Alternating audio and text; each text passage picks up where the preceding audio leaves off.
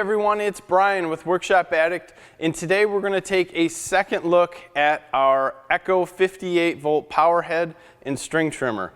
We've had a chance to use this for a month. We have a lot of feedback, a lot of time sitting behind the handle using it, so we want to let you know how it's been working for us. First, if you're not familiar with the Echo model, it comes with a 4 amp hour 58 volt battery. This is more of a minimum, I would say. I hope that someday Echo comes out with a 6 amp hour. With this battery, it will last anywhere from 20 to 35 minutes. It's all going to depend on how thick your grass is, how tall the grass is you're cutting, are you running wide open all the time, is it wet, dry. Anything's going to kind of make this thing work harder is going to bring you closer to the 20-minute section. Now, with that said, the battery charger that's with it is great, hangs on the wall, charges this battery somewhere around 45 minutes. This unit sets itself apart from the other ones that we've tested because it is considered commercial. The warranty on here is 2 years for commercial, 5 years for residential. The power head is also up top, where most of these string trimmers actually have the motor sitting in the bottom. So at this point, there is no other attachment to go with this power head, but I'm assuming in the future, Echo or the people making it will come out and give you another power head or different attachments to the bottom. Now this comes apart pretty easy. In the string trimmer portion will take line from 0.08 to 0.095 inches. So they're giving you options to move up. That's important because some of the other models will come with 0.08 inch line and say, don't put on anything heavier. That's basically because the motor can't handle it and you'll start overheating things. So you have options to go up to a lot better line that cuts a little better or fits the needs that you're going after. The speed of this is good. I have not found the actual RPMs, but I'm going to guess that it's somewhere around 6,600 on high and somewhere around 5,000 on low. Everything on here worked well, even in tall grass. It didn't really wrap it up around the top of the head, I guess here, much, but it did a little bit. It still gets you to the point where it's usable in really thick grass, going out weed whipping, or it works great around the yard.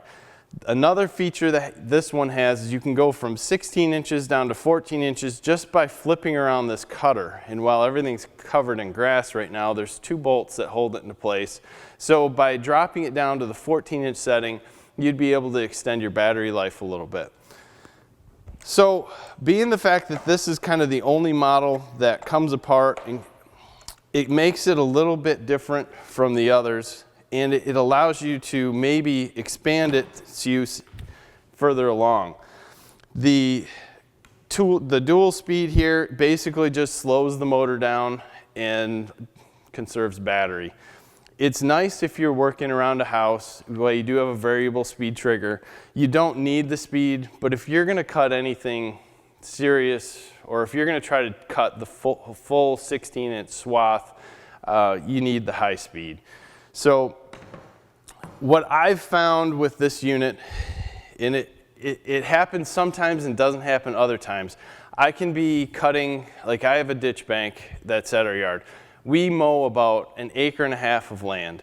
So this unit actually allowed me to edge all my driveways, do everything with it, and still have just enough battery life to maybe go around one last tree and I was done. So I had everything done that I needed to do, and it fulfilled every need. But occasionally, it seemed like I would overload the motor and the whole unit would shut down.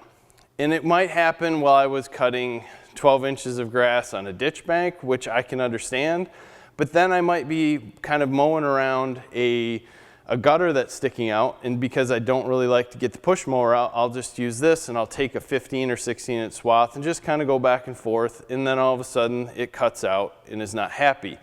It seems like once it cuts out once, it'll continue to cut out for you 3-4 more times, even if it's not being used hard.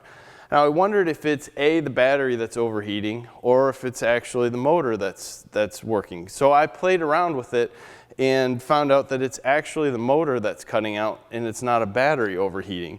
So its safety issues to stop the motor from burning up or anything are probably what's going to limit the attachments that you end up putting on the end. Not that it's an issue, because this unit really spins, and as you'll see in some of the demonstrations that I'm going to go through while I'm actually really pushing this, I can go through and cut some really tall grass and not have issue, as long as I'm fairly careful that I don't get it wound around the end, or I don't push the motor too hard for too long. So as far as using it, I think this is one of the better ones that we've used. The line speed at the end is excellent. You just have to deal with the occasional drop out of the motor, and it's easy to reset. You just let off the trigger, count to 2 or 3 seconds, and get back on the trigger, and it starts up. The manual states that everything's okay with that. It's supposed to do it, and that's just how they have their safety feature in here. Now, the other thing that kind of gets to me on this unit, and everyone has it, they have a slow start. So when you first put this in and you start the unit, you can just floor it and it doesn't start and go full speed.